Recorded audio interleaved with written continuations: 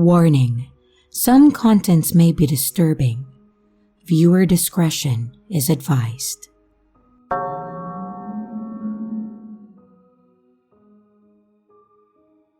It happened in a small Russian village sometime around 2008 or 2009 when I was about 8. It's the kind of place where everyone knew each other, or at least pretended to. It was late, at about 10 p.m., but it was warm. The streetlights bathed the road in a dull orange glow. Everything was quiet, except for the hum of our bike tires on the pavement. I was with a few kids I sort of knew. Not really friends, just familiar faces. We weren't talking, just riding and letting the night stretch on. And then he stepped out of the dark. I recognized him instantly. Everyone did. It was some drunk who lived in the village, always lurking around, always wasted. I had never spoken to him and never needed to. But now, he was right in front of me. And before I could even process what was happening, he grabbed me. The smell hit me first: booze, sweat, and something sour. His grip was tight, his fingers digging into my arm. Then in a slow, slurred voice, he spoke. "Where are my cigarettes?" I had no idea what he was talking about. I wasn't carrying any.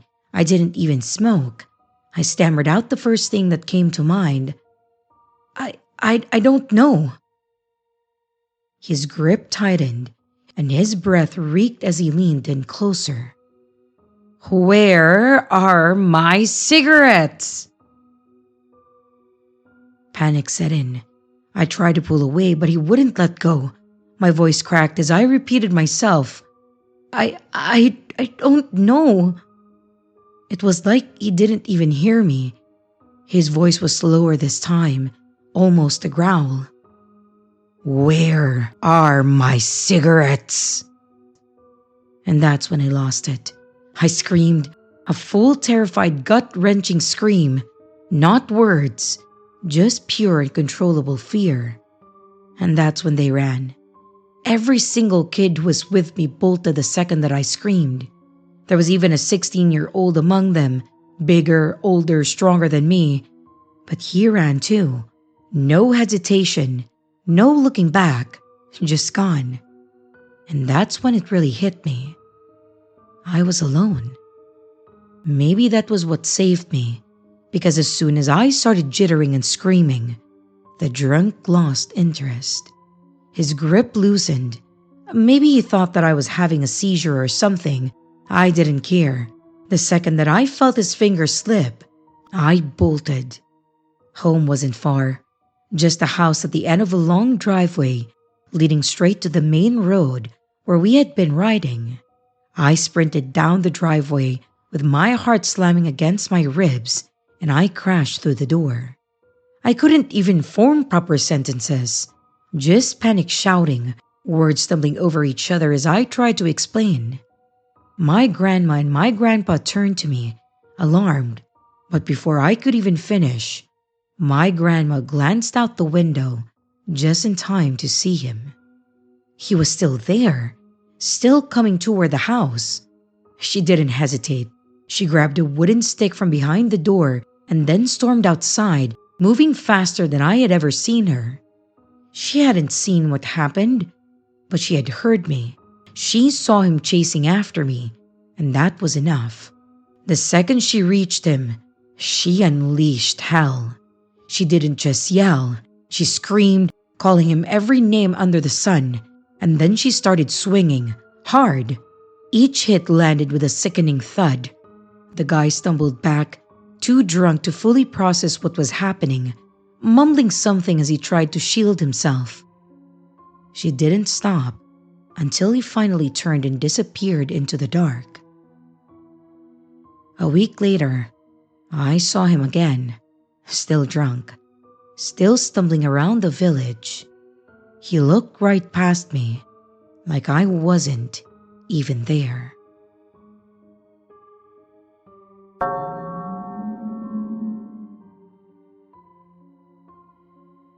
For the past 2.5 years now, I have been living in the north of the Scottish Highlands. And when I say north, I mean as far as north as you can possibly go. I live in a small coastal town, which is actually the northernmost town on the British mainland. I had always wanted to live in the Scottish Highlands, which seemed a far cry from my gloomy hometown back in England. And when my dad and his partner told me that they had bought an old house up there, I jumped at the opportunity. From what they told me, this place sounded like the perfect destination. There were seals and otters in the town's river, dolphins and orcas in the sea, and at certain times of the year, you could see the northern lights in the night sky.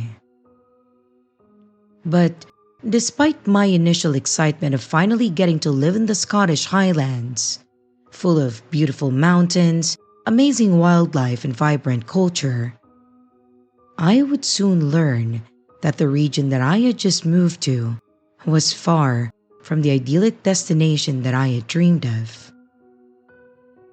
In my spare time, I took to exploring the coastline around the town's area. One of these days, I started to explore what was the east of the town. On the right-hand side of the mouth of the river, there's an old ruin of a castle, but past that leads to a cliff trail around the eastern coastline. 6 or so months later and into the Christmas season, I had just gotten out of a long-distance relationship. Feeling as though I had finally found closure, I decided that I wanted to go on a long hike by myself along the cliff trail. And so, the day after Christmas, Boxing Day, I got my backpack together, packed a lunch for myself, and then headed out at 6 a.m. The hike along the trail had taken me all day, and by the evening, I had walked so far that I actually discovered what I first thought was a ghost town. What I found was an abandoned port settlement, which had the creepiest looking disperse of old stone houses, as well as what looked like the ruins of an ancient round tower. As it turned out, this was actually a heritage center, a tourist spot. It seemed that I had walked so far around the rugged terrain that I was now 10 miles outside of my town. On the other side of the settlement were very high distant cliffs, which compared to the cliffs that I had already trekked along were far grander. Although I could feel my legs finally begin to give way, and already anticipating a long journey back along the trail, I decided that I was going to cross the bay, reach the cliffs, and then make my way back home. By the time that I was making my way around the bay, it had become very dark. I had already walked past more than half of the bay, but the cliffs didn't feel any closer at all. It was at this point when I decided that I really needed to turn around, as at night, walking back along the cliff trail was going to be dangerous, and for the parts of the trail that led down to the base of the cliffs, I really couldn't afford for the tide to cut off my route. I made my way back through the abandoned settlement, and at night, this place definitely felt more like a ghost town. Shining my phone flashlight in the windows of the old stone houses, I was expecting to see a face or something peer out at me. What surprisingly made these houses scarier at night were a handful of old fishing boats that had been left outside them. The wood they were made from looked very old, and the paint had mostly been weathered off. But what was more concerning was that in this abandoned ghost town of a settlement, I wasn't alone. A van had pulled up, with 3 or 4 young men getting out. I wasn't sure what they were doing exactly, but they were burning things into a trash can. And what they were burning, I didn't know. But as I made my way out of the abandoned settlement, every time that I looked back at the men by the van, at least one of them were watching me. Already feeling scared of the creepy surroundings, I now felt very unsafe because of these men staring suspiciously at me. I was paranoid that they were going to try and follow me, as if I had caught them doing something illegal. Thankfully, they stayed where they were as I continued to make my way out the ghost town and then back along the trail.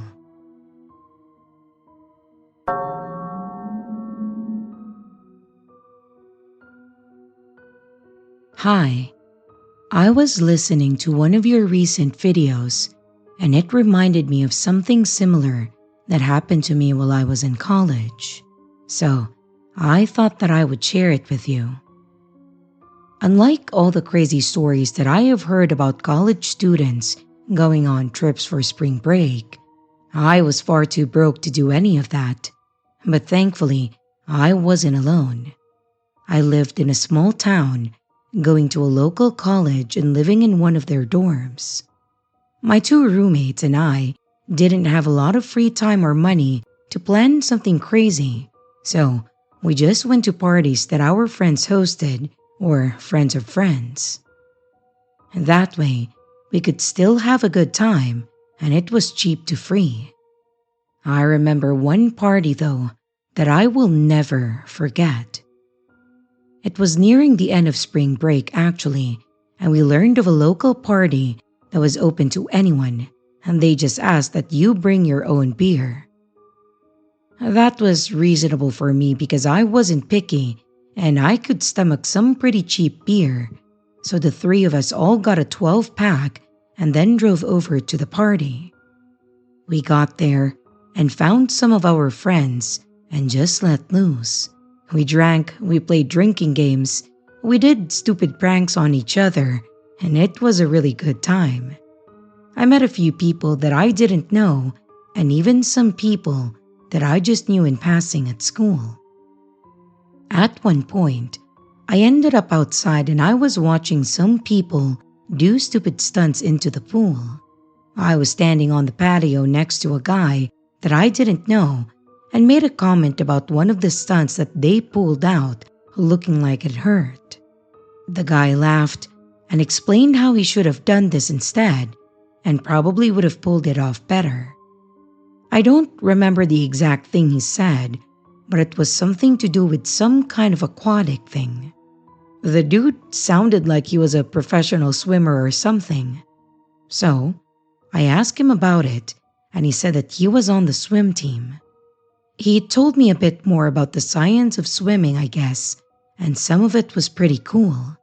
I threw some dumb scenarios his way, and he assured me of how it would work or how much of an utter failure it would be, and we had a good laugh. After some time, he said that he had to go and then walked off. My last thought was, cool guy, and I moved on with my night.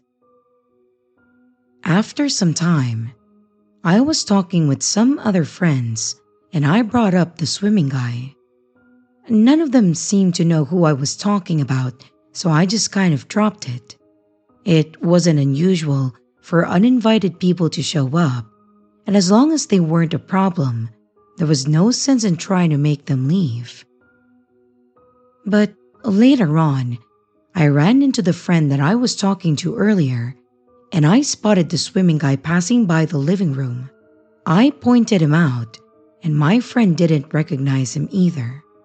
He wasn't on the swimming team either, so we just assumed that we may have been in different years or programs, and that's why we never ran across him. I tried to get his attention, but he looked confused as to why I was flagging him down. He just had an annoyed look on his face and then ignored me. My friend laughed, but I just shrugged it off.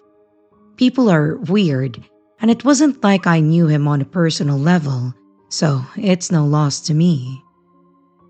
Again, cue more of the same for the night, including some people starting to leave or pass out all over the place. The music was still playing though, as it had been throughout the whole night, so other than people dispersing, The party was the same as it had been. So, while some of us were in the kitchen talking about one of our classes, we all jumped when we heard someone yelling. We went and then checked the living room where we thought it was coming from, and then we saw some people staring down the hall towards the bedrooms and the bathroom. I walked down the hall and I could hear more yelling and grunting sounds. As I approached the bathroom, I saw the swimming guy standing in there. He was holding some kind of pipe. One of my friends was standing behind me, but otherwise, nobody was doing anything but staring. So, I just asked him if he was alright. That's when he turned to look at me and just started rambling about things that made no sense. He said that it was too loud, even though nothing had changed all night, and in fact, since there were less people, it wasn't as loud. I wanted to clarify with him because I didn't understand why it was all of a sudden a problem, but he just continued talking. I don't remember exactly what he said, but he was saying things like, "They won't stop laughing. I know they're laughing at me. I know they're talking about me. Stop it. Why won't they stop it?" And I just stood there confused, not knowing what to do. This was obviously not about the music. This was something else. So the only thing I said was something like, "Hey man, maybe you should relax a bit." But before I could finish that, he started screaming and then swung the pipe in my direction. He was still in the bathroom with me outside, and with him being intoxicated or on something, he instead hit the door. I was not going to stick around at this point and risk getting hit, so I rushed back into the living room and I told them that we needed to leave before things got worse. As people started shoving themselves towards the farthest wall or running out the back door, the swimming guy went running out of the bathroom screaming, "No more! No more, please!" And then out the front door. I watched him from the front door as he ran into the road and he was struck by a car. A bunch of people were still inside and saw this, causing them to scream. I ran to call 911 from the landline that I had seen, and it was just pure chaos. I barely knew the address, so I had to go check that. I didn't even know the guy's name, and I was trying to explain what had happened while people were screaming in the background and me not being in my right mind either. I kept walking back to the front door, and I saw that the person in the car did stop. There were a few people from the party out there now, but I had no idea of the condition of the guy. An ambulance finally showed up, so I got off the phone and I ran outside with them. They already had him on the stretcher and they were putting him in the ambulance. I didn't see him move once. I didn't hear anything from him, and I feared that this man that I just met was now dead. I was horrified, not knowing what else to do. I went back into the house and I watched as many people left crying, shoulders and head low, saying nothing. The next day, I tried contacting people that were at the party, trying to figure out the name of that guy, but nobody knew him. There were so many people that I knew from that party that I found it difficult to believe that no one else knew the supposed student. He gave details about the school and some of the teachers, so I found it hard to believe that he could have been lying. I even tried to go to the hospital and describing him and when he got there, but all they could tell me was that he wasn't there anymore, but couldn't provide any information. I guess it made sense. I went in looking for someone that I couldn't even give the name of, but at least, by the way that they were talking about him, it reassured me that he hadn't died.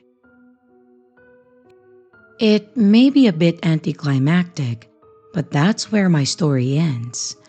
I never did learn who that person was, and those that I still have contact with still cannot recall his name or even remember him at this point.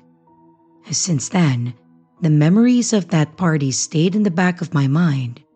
I took a small break on partying, but when I got back into that scene, I feared experiencing something similar to that.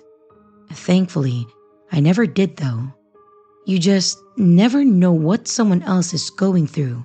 So, no matter where you are, it doesn't hurt to learn names and all possible escape routes. Anyways, thanks for letting me share my story.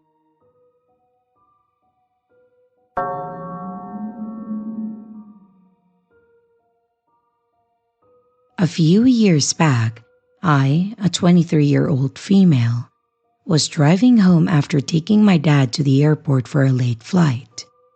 It was already dark when I left the airport, and I still had a 3-hour drive home. A few hours into the drive, I get recalculated to some windy backroad highway. There were no cars or streetlights, and so it was pretty dark and a creepy road. As I turned a curve, I noticed a black car come out of nowhere and start to ride my bumper. And then, the blue lights. The road was so dark that I had to drive for a minute to find a spot with at least a few small lights where I could pull over. The officer came to my window and asked me if I knew that my tags were expired. I thought that it was kind of odd because I was driving my mom's car and she's usually pretty on top of things like that. But it was more so the way that he talked that made me uneasy. He was speaking pretty fast, like he was in a hurry or something.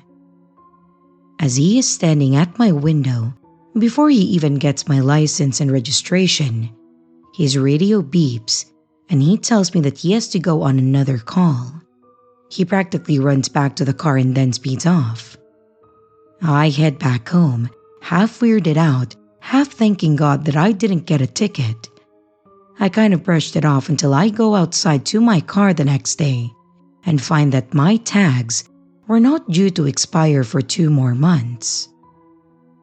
It could have been a simple mistake, but I couldn't help but recall how weird the whole incident was. He could have misread the number, but looking back, I wonder what could have happened if he was someone with bad intentions. And from then on, I pull over only in well-populated areas, and if a safe option is unavailable, I call 911 to make them aware.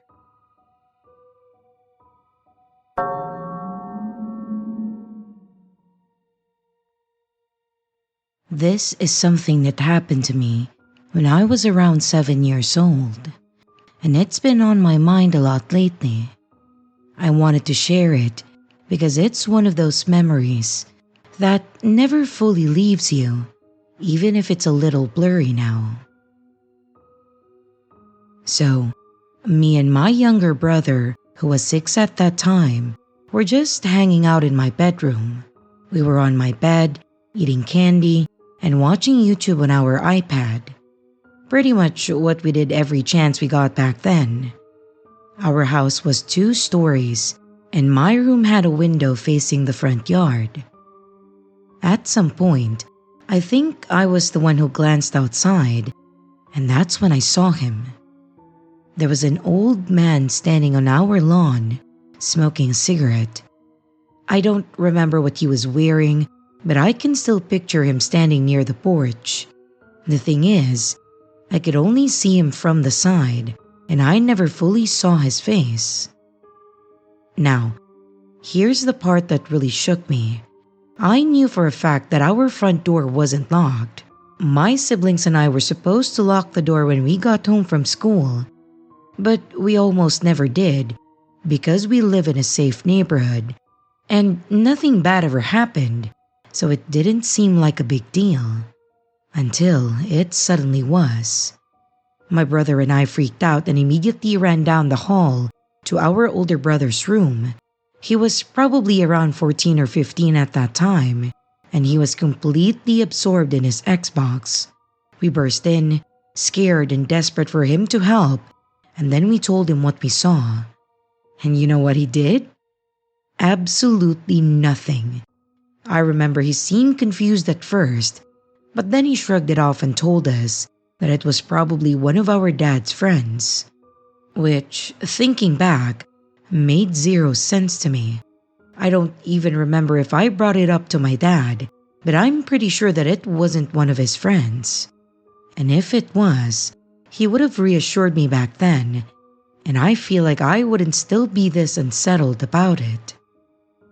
My older brother didn't lock the door, didn't check to see if the guy was still there, and definitely didn't grab anything for protection.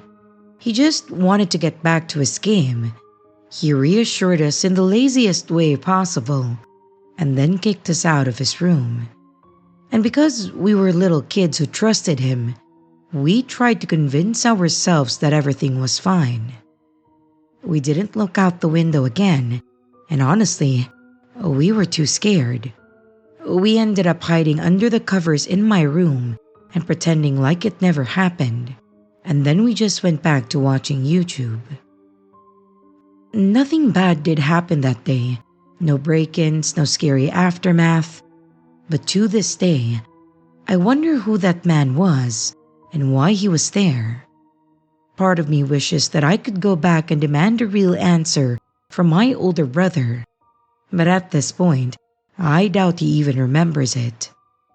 So yeah, that's the story. Moral of it all? Maybe just lock your doors. Safe neighborhood or not, you will never know who might show up on your lawn. And to the man, whoever you were, let's not meet.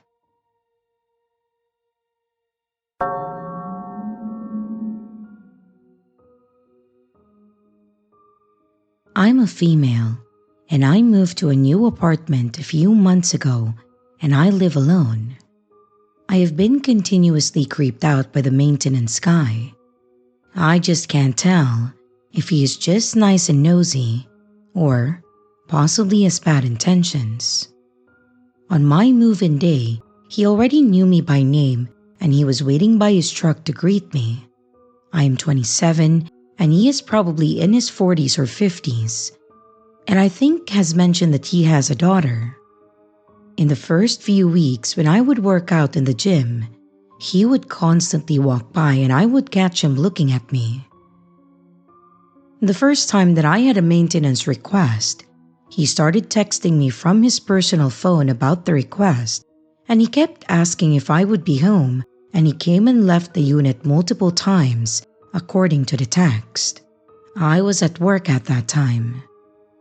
After he left, he texted me about he noticed the magnet on my fridge from North Carolina, and he wanted to know why I had it, and then started chatting about his personal life and how he used to live there. This was in the evening over text after the maintenance request was completed. I tried to be short and sweet in my replies because I didn't want to have a personal conversation with this man, but I didn't also want to be rude. Also, seeing as I have about 15 or so magnets from different places on my fridge, I thought that it was weird that he was standing around reading all of them. He then started texting me every time that I got a package to inform me that it was delivered. The next time that I had a maintenance request, he brought a package in for me. The package room is all the way across the complex, which may have been a nice gesture, but it still felt a little strange to me. I sent him an email asking that he please communicate with me over email instead of text for organizational reasons, because my texts delete frequently. This is not a lie, but the truth is, I was feeling uncomfortable with the texting, and then he agreed to this. Last night, I submitted a new request about my HVAC, and he sent me a message in the portal that he would be coming by in the afternoon. Again, I was at work. I didn't see any updates posted about what he found or fixed online. And when I got home from work, I see a note on my counter. It is handwritten, says that he is not ignoring me, but has been advised by the office to not have direct written communication with the occupants. I would like to give him benefit of the doubt, but I expected the note to be an update about the maintenance request. And now I am wondering, why would the office advise him not to talk to residents? Maybe someone else wasn't comfortable with texting, and they told them? Also, the fact that he knows that he is not supposed to communicate with me and choose to leave me a note anyway does not sit right with me.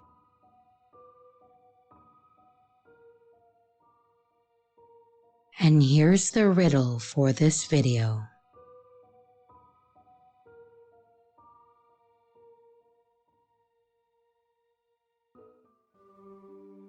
Hey everyone, this is your creepy sister.